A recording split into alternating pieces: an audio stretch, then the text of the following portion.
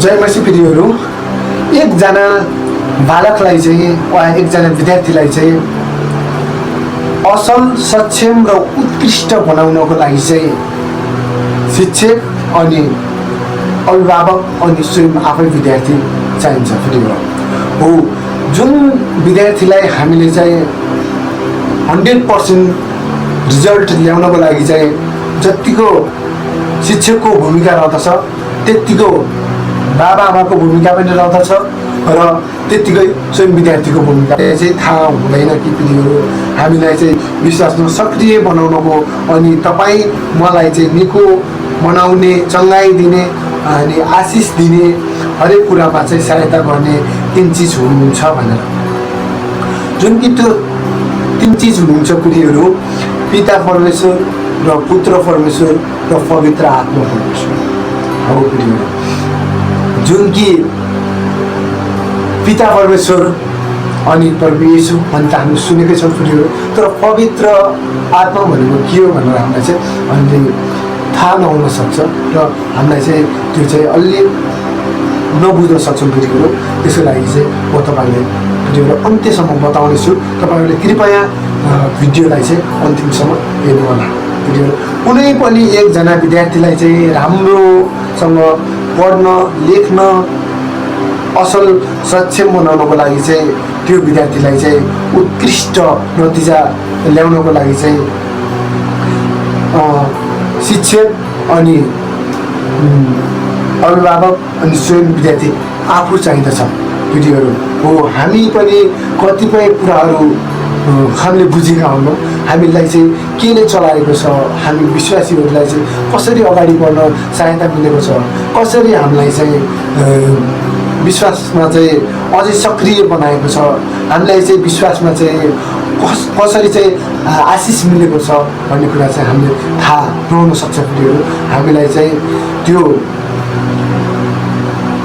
सक्रिय र आशिष र विश्वासमा चाहिँ अटुट बनाउनको लागि चाहिँ त्रिएक परमेश्वर हुनुहुन्छ प्रियहरू। हामीले चाहिँ हेर्न सक्छौँ जुन कि तपाईँ हामीलाई चाहिँ कुनै पनि कुरामा सक्रिय बनाउनको निम्ति चाहिँ त्रिएक परमेश्वरले चलाउनु हुँदछ। हामीले उदाहरणमा हेऱ्यौँ भने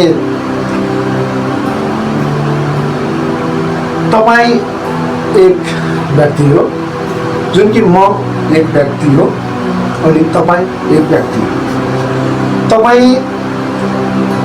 तपाईँ बुबा आमाको लागि एक छोरा हो वा छोरी हो र तपाईँ एक श्रीमतीको वा श्रीमानको लागि श्रीमती श्रीमान हो र तपाईँ एक छोराछोरीको लागि के त बुवा आमा हुनुहुन्छ प्रियहरू। हेर्दाखेरि तपाईँ चाहिँ व्यक्ति एउटा मात्र हुनुहुन्छ, जुन कि म हेर्दाखेरि स्वयं एकजना छु। म मेरो बुबा आमाको लागि छोरा हुँ र मेरो श्रीमतीको लागि चाहिँ म एक श्रीमान हुँ र म मेरो छोराछोरीको लागि चाहिँ म एक पिता हुँ वा बुबा हुँ प्रियहरू। तर म व्यक्ति एउटै छु, तर बुबा आमाको लागि चाहिँ फरक भूमिकामा रहेको छु छोरा भएर, र श्रीमतीमा चाहिँ अलग भूमिकामा रहेर भूमिका निभाएको छु र छोराछोरीको लागि चाहिँ म अलग भूमिकामा रहेको छु प्रियहरू। तर भूमिका चाहिँ फरक भए पनि, तर भूमिका चाहिँ 3वटा भए पनि तर व्यक्ति चाहिँ म एउटै हो। तर हामीले चाहिँ बुझेका छौँ प्रभु येशू र परमेश्वर पिता देखेका पनि छौँ प्रियहरू। तर हामीलाई थाहा छैन कि पवित्र आत्मा के हो। र पिता र पुत्र पवित्र, पिता परमेश्वर र पुत्र परमेश्वर अनि पवित्र आत्मा भन्ने हामीलाई चाहिँ त्रिएक परमेश्वरले चाहिँ चलाउनुहुन्छ। अब हामीले चाहिँ त्रिएक परमेश्वर चाहिँ कहाँ हुनुहुन्छ भनेर हामी चाहिँ अन्यलमा पढ्छौँ हो, बाइबलमा कहाँनिर छ, हामी कता छ, हामी त्रिएक परमेश्वर भनेको के हो भनेर हामीले खोज्यौँ भने बाइबलमा चाहिँ मत्तीको पुस्तक 28:19 हामीले हेऱ्यौँ भने जाऊ पिता र पुत्र र पवित्र आत्माको नाममा चाहिँ यो बत्तिसमा दियो भनेर भन्नुभएको छ। जाओ सबै देशमा चाहिँ तिमीहरूका चेलाहरूलाई चाहिँ ती देशका चेलाहरूलाई चाहिँ पिता र पुत्र र पवित्र आत्माको नाममा चाहिँ तिमीहरूले बत्तिसमा देऊ भनेर भन्नुभएको छ। र हामीले यूहन्ना 10:30 हेऱ्यौँ भने पिता म एकै हुँ भन्नुभएको छ। पिता चाहिँ म एक हुँ भनेर भन्नुभएको छ।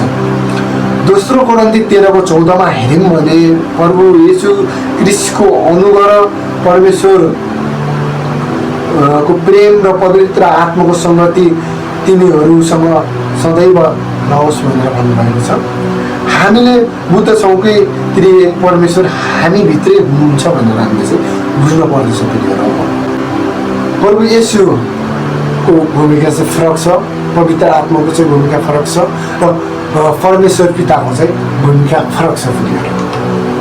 हामीले हेऱ्यौँ भने प्रेरितको पुस्तकमा हेऱ्यौँ भने जहाँ पवित्र आत्मा पनि परमेश्वर हुनुहुन्छ भनेर भन्दछ।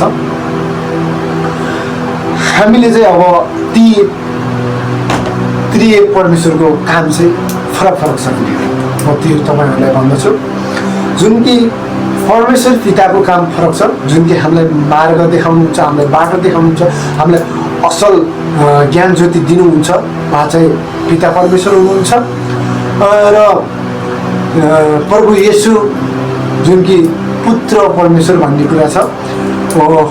पुत्र परमेश्वर चाहिँ हाम्रो पापहरूको लागि, हामीलाई धर्मी तुल्याउनको लागि चाहिँ, जुन हाम्रो पापको लागि, हाम्रो अधर्महरूको लागि उहाँले चाहिँ आफ्नो प्राण चाहिँ क्रुसमा टाङ्नुभयो। र पवित्र आत्मा चाहिँ पिँढीहरू हामीभित्र छ, जुन कि हामीलाई चलाउनु भएको छ। परमेश्वरले पवित्र आत्माले हामीलाई चलाउनु भएको छ, तर पिँढीहरू हामीलाई चाहिँ त्रिएक परमेश्वरले चाहिँ चलाउनु भएको छ भनेर हामीले चाहिँ बुझ्नु पर्दछ। पिँढीहरू मसँग एउटा पेन छ, तर यो पेन चाहिँ एक विद्यार्थीको हातमा छ भने त्यो विद्यार्थीको हुन्छ, विद्यार्थीको उसमा रहँदछ। यो चाहिँ कुनै एक शिक्षकको हातमा हुँदछ भने यो शिक्षकको भूमिकामा रहँदछ पिँढीहरू। र एक यो डक्टरको हातमा छ भने यो डक्टरको भूमिकामा रहँदछ। यो कुनै एक पुलिस वा इन्सपेक्टरको हातमा रहँदछ भने यो पुलिसको भूमिकामा रहँदछ। र यो कुनै एक नर्मल आम सर्वसाधारण मान्छेको सङ्घमा छ भने त्यो उसैको भूमिकामा रहँदछ। तर जे जति भूमिका भए पनि तर यो चाहिँ पिँढीहरू फेरि नै हो। हामीले चलाउने चाहिँ त्रिएक परमेश्वर पिँढीहरू हामीले चाहिँ यो बुझ्नु पर्दछ। पिँढीहरू वास्तव यहाँहरूलाई चाहिँ यो भिडियो चाहिँ कस्तो लाग्छ तपाईँहरूले चाहिँ कमेन्ट अनि लाइक गरिदिनु होला। हामी युट्युब च्यानललाई चाहिँ सब्सक्राइब पनि गरिदिनु होला। सबैजनालाई जय मसी। सानो